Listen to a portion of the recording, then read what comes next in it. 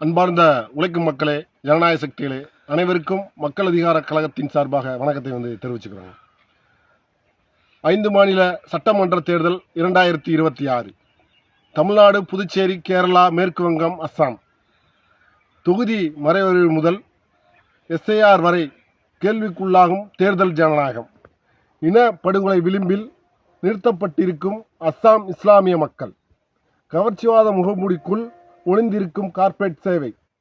உங்களுடன் உரையாட இருக்கும் தோழர் வெற்றிவேல் செழியன், மாநில பொதுச் செயலாளர், மக்கள் அதிகார கழகம்.